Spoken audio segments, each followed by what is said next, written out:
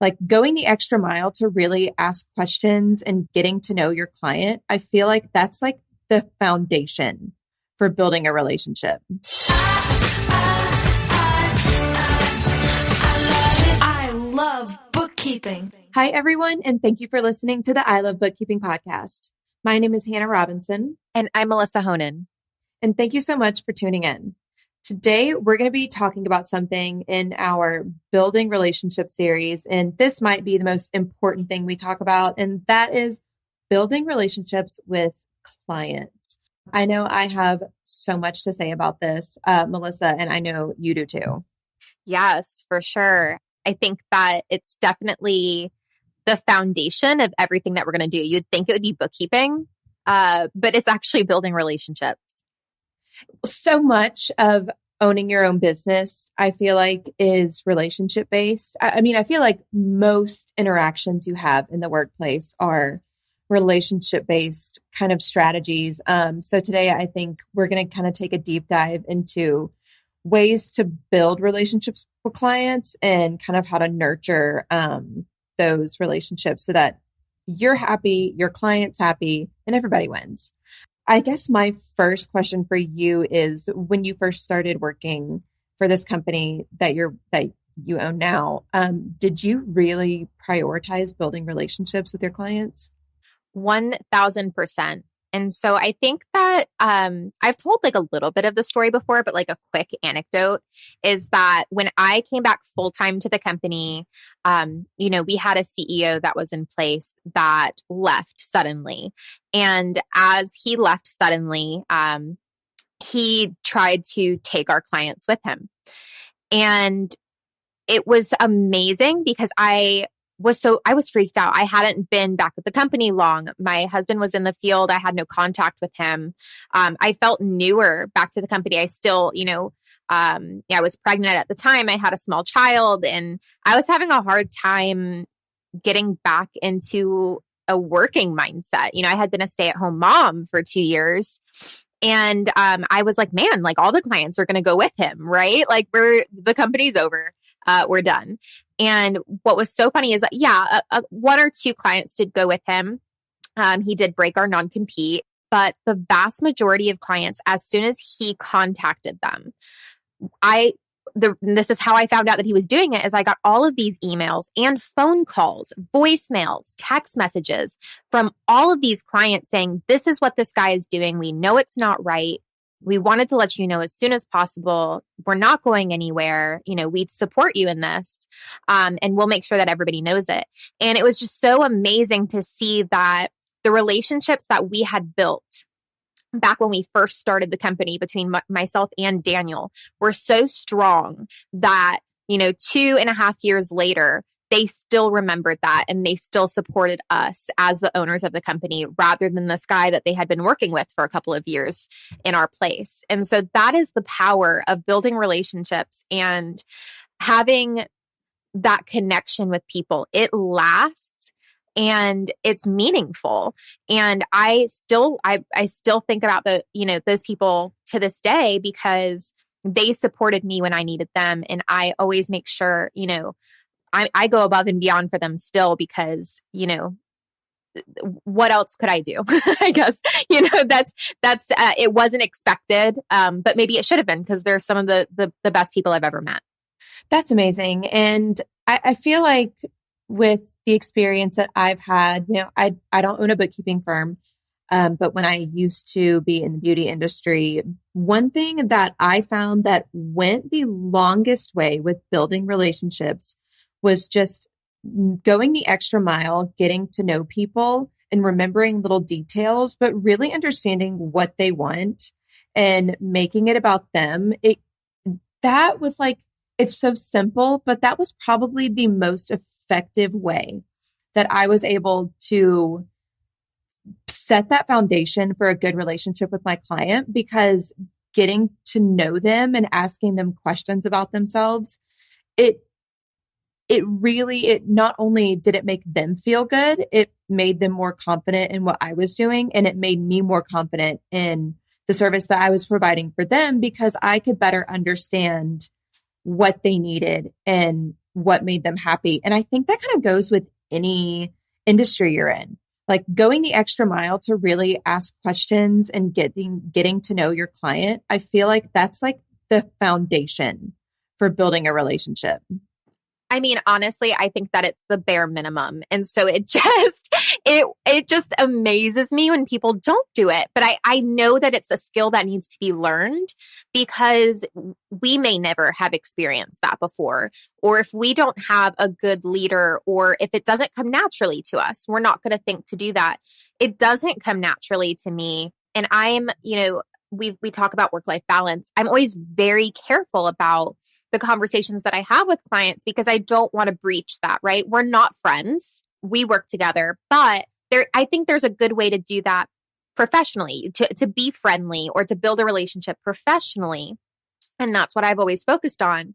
And so it doesn't necessarily have to be like you're trying to be their friend, but you're letting them know that you care about them, their business, but also them as humans. And so I think it relates when you're asking, oh, do you guys have kids?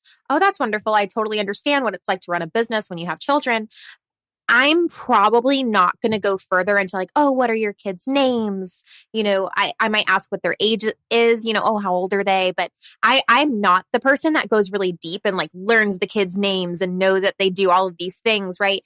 That's not what this is about because we're not building, and you might, there's some people where naturally that's going to come in a conversation. If I did that, it would be weird. So I think finding how you best build a relationship, right? Because if I asked for a lot of details, like that would make me really uncomfortable if somebody was like, I think, the people that I work with in my company, my employees, like they know my kids' names, but other people don't really need to, right? I don't know. For me, that's kind of going beyond what our relationship should be. What are your thoughts on like, where do you draw the line? I don't even think it takes, I think little details don't really matter. I think it's more of asking them questions because ultimately, if you're providing a service, you want to learn more about the person in the area where you need to find out how you can better serve them. So it's like let's say if I am in the beauty industry and I'm asking somebody and I'm trying to find out how somebody wants their hair done. I know it sounds superficial, but it's like, it's so imperative to get to know people and to ask them about their lifestyle. And something that pertains to the subject that you're working with, I think just small things, finding things out about your clients and what they want, I think it goes a long way. And it doesn't even have to get too personal because I totally get that. Like I think, yeah, I would never want to ask a client like, oh, well, what are your kids' names? Are you going to have more? Like that's weird. But if it comes to, I think it's more important to ask questions involving the subject matter that you're dealing with. And I think that's kind of how I go about finding out what my clients want in order to build a better relationship with them. Because if you ask questions kind of in the like cloud around the area that you're dealing with, I think that's like a great way to gain some insights that you can better serve people and ultimately build a better relationship. And I can tell you the number one thing. So like the number one thing that you could do to build relationships with your clients is to follow through. And so when you say you're going to do something, yes, you've built the relationship, you've asked the questions, you're helping them, you listen to them, you show that you care about them. To reinforce that is when you say you're going to do something, you follow through and you stay consistent, because building relationships will give you social capital with your clients. Like, we've all had things where, okay, my kid got sick, I have to cancel a meeting last minute. You're using social capital when you do that, right? Because you have a certain amount built up where the client's like, yeah, your kid gets sick, right? That happens. Okay, you cancel the meeting. If it happens twice, maybe, okay, 3 times, right? You have a certain amount of grace that you get. And the better relationship that you have, the more grace that you get from the clients. And so following through and providing the best possible service to these clients is going to solidify that relationship. Well, and I think there's a time and a place for this practice, but I always hear the phrase under promise, over deliver. And that's not, I'm not saying that in the way of lying to somebody on purpose so that you can manipulate the situation. I think that's more saying set a realistic expectation for what they can expect. And then if you are able to over deliver, it gives them that much more confidence in you. Because I think sometimes when people hear the phrase under promise, over deliver, it can sound kind of manipulative. Like, I'm going to tell you that I can do this, and then I'm going to do this. I don't agree with that, but I do agree with setting a very realistic expectation and being honest with people. And then if you're able to go the extra mile or to do something more for your client, they're going to appreciate it that much more. And they're also going to really appreciate you being honest, which kind of like leads to my next point of, I think, have boundaries, but communicating with your client and getting feedback from them, I think is another great way for people to build relationships with them, kind of no matter the field that you're in. If you notice, like, if you go to a big store, at the very end, they'll say, hey, here is a survey. If you take this, next time you get 20% off. Even just little things, like, if you think about it, wherever you go, places are always trying, different service industries are always trying to communicate with their customers on how they can be better or how they can improve.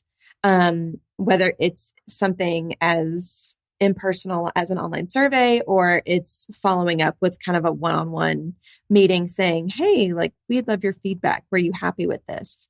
I think that's another great way to build relationships and maintain relationships. That is so true. And I know that, like, it gets exhausting because you're going to ask for feedback 1,000 times and maybe get one answer, but it's worth it. It is worth it. And, for other things that you can do, I think more of like the superficial top of mind things, right? You send the regular survey. Maybe you use Help Scout, and in Help Scout, it has, the little rating at the bottom, did my answer help you or not? There's lots of little things like that can help. And I think a great one too is setting up, automatic email reminders to your clients too. When estimated quarterly tax payments are due, when, the tax deadline is looming, if there's a new update in legislation, like going above and beyond.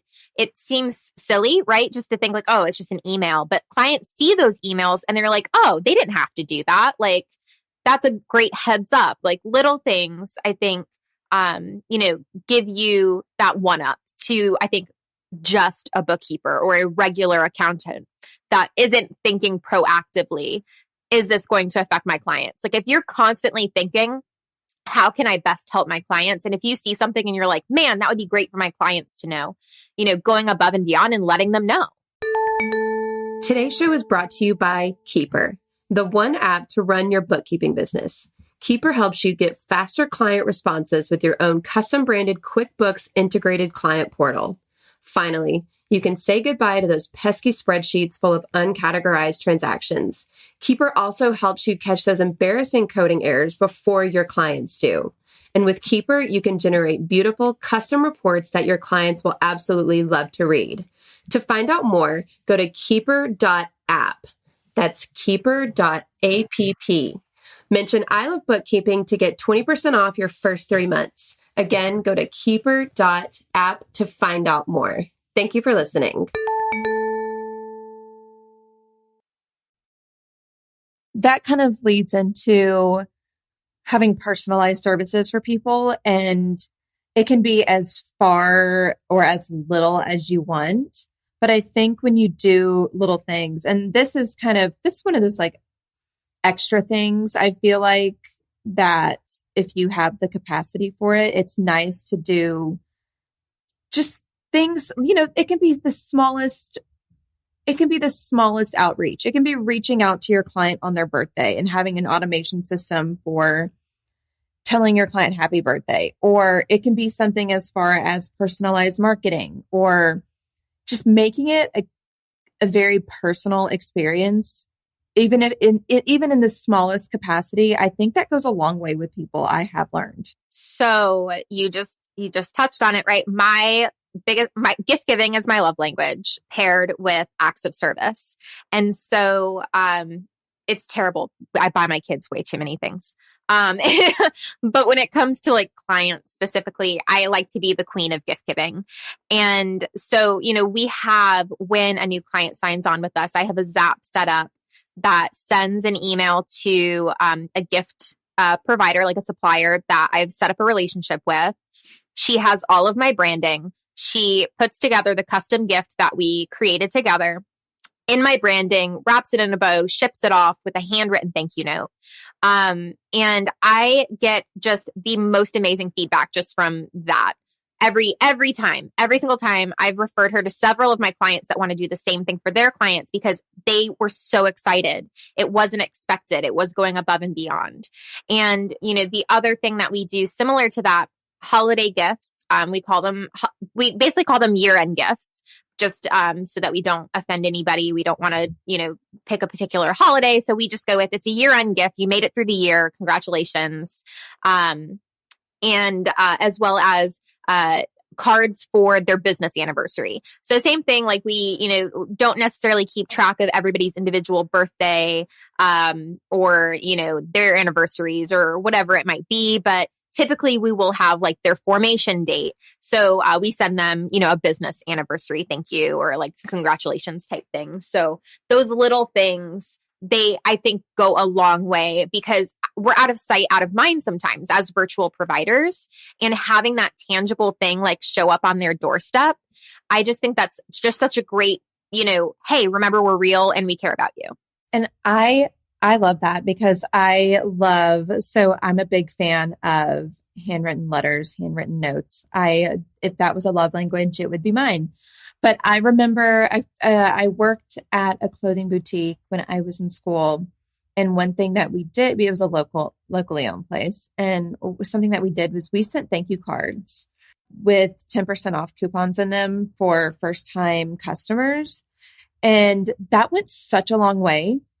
Just because I think people like feeling, even though it's something that they made us, all the associates do in our spare time was, hey, you need to crank out some thank you notes for our customers and send them in the mail.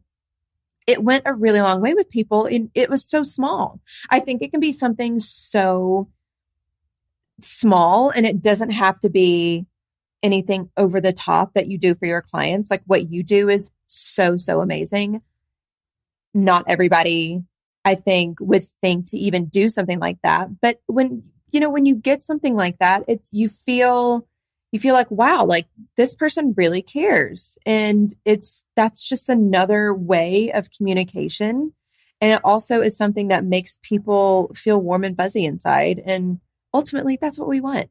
When I get something in the mail, I feel warm and fuzzy inside. Exactly. And I've been doing this for, the 15 years that I've been in sales, right? Like when I worked retail sales, I did the same thing. It doesn't have to be a big gift, especially if financially that's just not attainable for you. It can, stamps are 57 cents, something like that, right? Like get the cheapest thank you cards at the dollar store. It is just handwriting. I have written thank you cards until my hands are cramped. Like me too. It is, but it is such, and it doesn't have to be, just Google what to write in a client thank you card and just copy one of the things. Like it does not have to, there are ways to do it where you can personalize it and make it, but like it really is just doing it.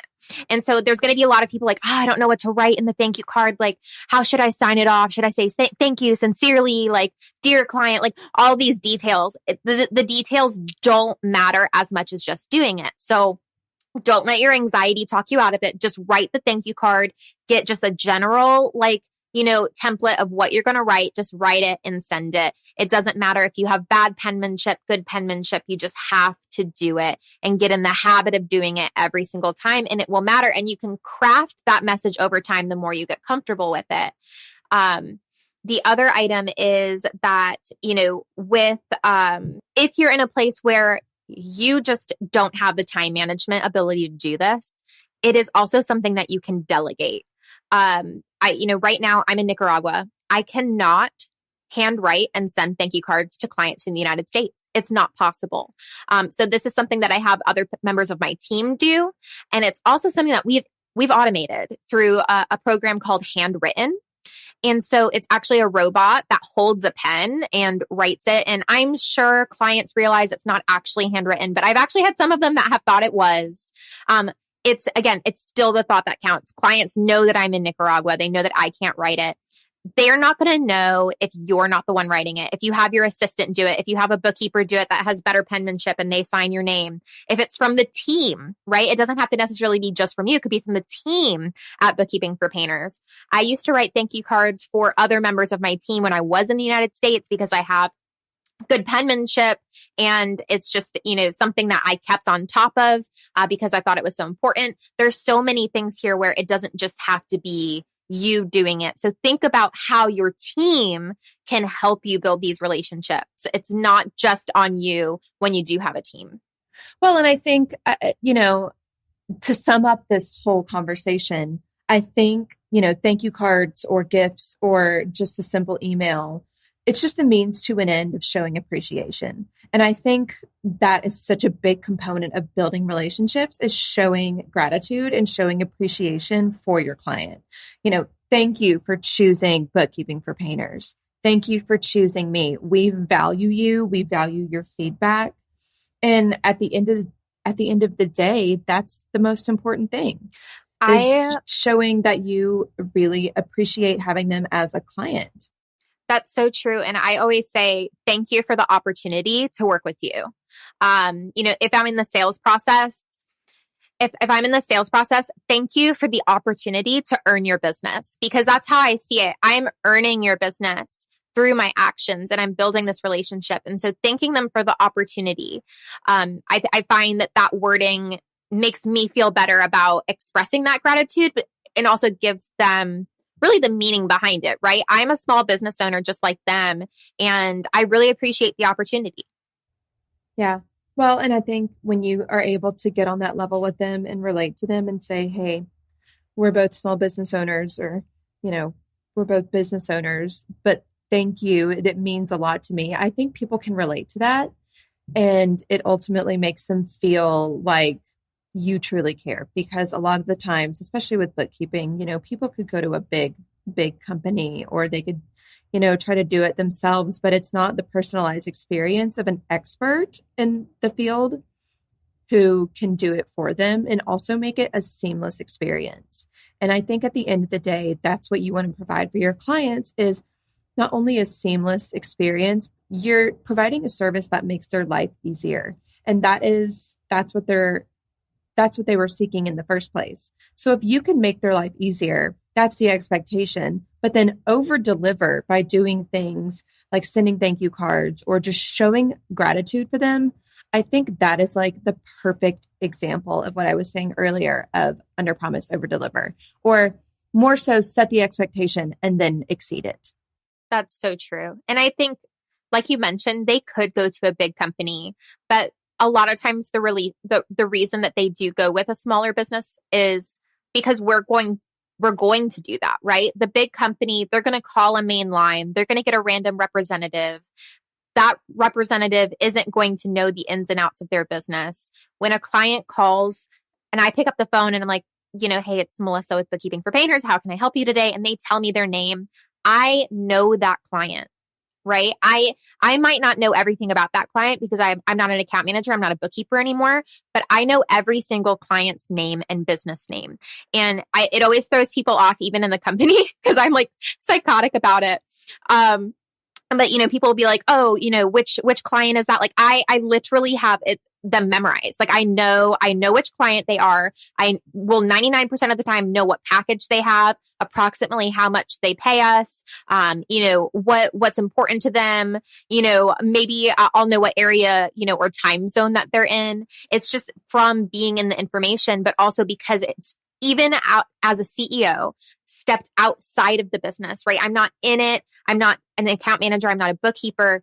It's so important building relationships and knowing who I'm working with that I know those 115, 120 clients every single time. I feel like this has been such a great episode for people, especially if you're starting off your business. But I think it's also great to share this information with those who are maybe a little more introverted and are maybe a little bit more nervous to kind of open that line of communication between clients, just because it can be nerve-wracking to talk to people. If you guys have ideas, comments, questions, concerns about building relationships with clients, and you want us to talk about it, please shoot us an email at success@ilovebookkeeping.com. We always love hearing from you guys, and we do love hearing your feedback, even the negative feedback. If you know, you know. Melissa, I feel like this has been such a great eye-opening conversation, and we cannot wait to talk about have more episodes about building relationships. Again, if you want to hit our line, shoot us an email at success@ilovebookkeeping.com. My name is Hannah Robinson. And I'm Melissa Honan. And thank you for listening to the I Love Bookkeeping podcast. I love bookkeeping. Here's a little shout to all my friends working hard at keeping the books. You want to change your life, you want to grow that biz, it's not as hard as it looks.